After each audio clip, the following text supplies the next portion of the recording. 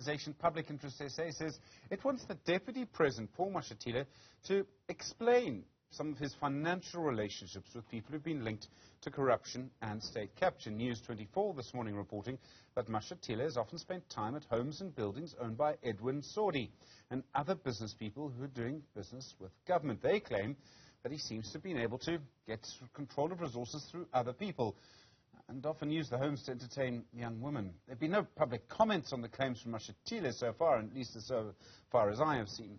Tebogo Khaas is the founder of Public Interest SA. Tebogo, good afternoon to you. What do you want the Deputy President to do? What do you believe he may need to explain here?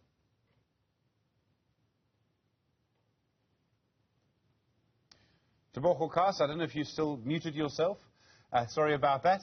I did. There you are. I did. Sorry. Right. First one this week. What would you like the Deputy President to explain? We certainly do believe he needs to take the public into confidence and explain the alleged relationship that he maintains with someone whom whom the public knows had amassed his wealth or the largesse largely through methods that were against the law, that is, through corrupt activities. We know that Saudi is facing charges on the asbestos. We do know asbestos in the Free State. We do know that there's a lot of litany of other charges that he still is or could be facing owing to his links to state capture corruption. And to have a person of the stature of the Deputy President associate, as it is alleged, with Edwin Saudi and in fact benefit from the proceeds or what could likely be the proceeds of such crimes. In fact, it is not likely, because we do know that the house, the one in Cape Town for 78 million, was attached and sold sometime last year, I believe. And it is just sad that he still went on to use that facility despite the fact that the SIU and other state agencies or criminal justice agencies had already intervened to make sure that they try to claw back some of the monies that have been pilfered from the state. So it is very concerning that Mr. Mashatile would allegedly be so daring and oblivious of what is happening around Mr. Saudi, but to still carry on hosting events, hosting individuals at a property that we know that it is linked to criminality. This flies in the face of what the President and the ANC has committed to fighting corruption and making sure that we try and undo all the wrong that have been done in the last 10 years. And the funny thing about this, or the sad thing about this, Stephen, is that it happens. The report comes a few days after Chief Justice Zonde had lamented Parliament for not moving quickly to ensure that they implement the recommendations that are contained in the state capture report or commission report. And therefore, it makes us wonder also if you have comments by the likes of Fikile Mbalula denouncing the judge. Of course, we do understand that there ought to be a separation of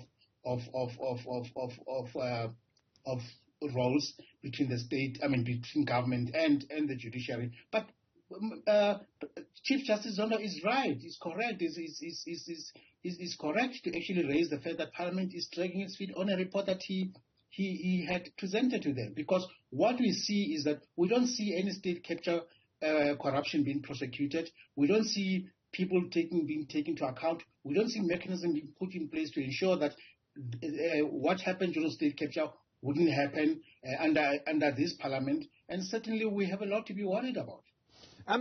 Does it matter who a Deputy President spends time with? You obviously say that it does. Why do you believe it does? And we've seen this before. Years and years ago, I think a person who's now the police minister, he was National Police Commissioner then, spoke at a New Year's Eve party given by a police officer who was having a huge party.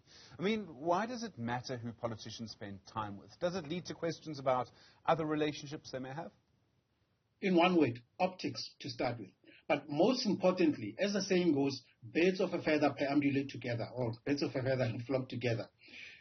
You don't want to give an impression that you, as somebody who is at the helm of power, at the levers of power, associate themselves with people who've got who've got propensity to do criminal activity or to be involved in criminality, because that doesn't send a good message. You can have anybody as your friend, as a lover, as a concubine, or as many as you wish. But to the extent that you, as a deputy president, the second in line, should President Ramaphosa resign or step aside, or God forbid, he decide to resign, or he perishes.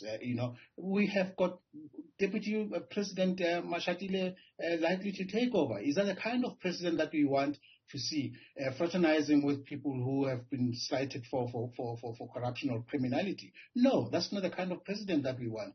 We don't say that he doesn't have to have friends, he doesn't have to have benefits, but even if he have enjoyed those benefits, we do hope that he does declare them if indeed those assets do not belong to him. But lo and behold, I think we need Deputy President Mashatile to come out and categorically deal with these issues, because it is not very helpful. It doesn't engender trust. It doesn't engender or help repair the broken trust between the public and government. Tebogo, as far as I know, and I made the point insofar as I know, there's been no comment on this from the Deputy President or his office, and frankly I'd be surprised if there's a direct response to these claims. So if there's no response, what's that going to do? What's that going to do in the minds of voters? Well, unfortunately, we live in a country where there's no accountability, or public accountability. And we have already seen on social media campaigns to push back and to actually start demonizing those who raise this question.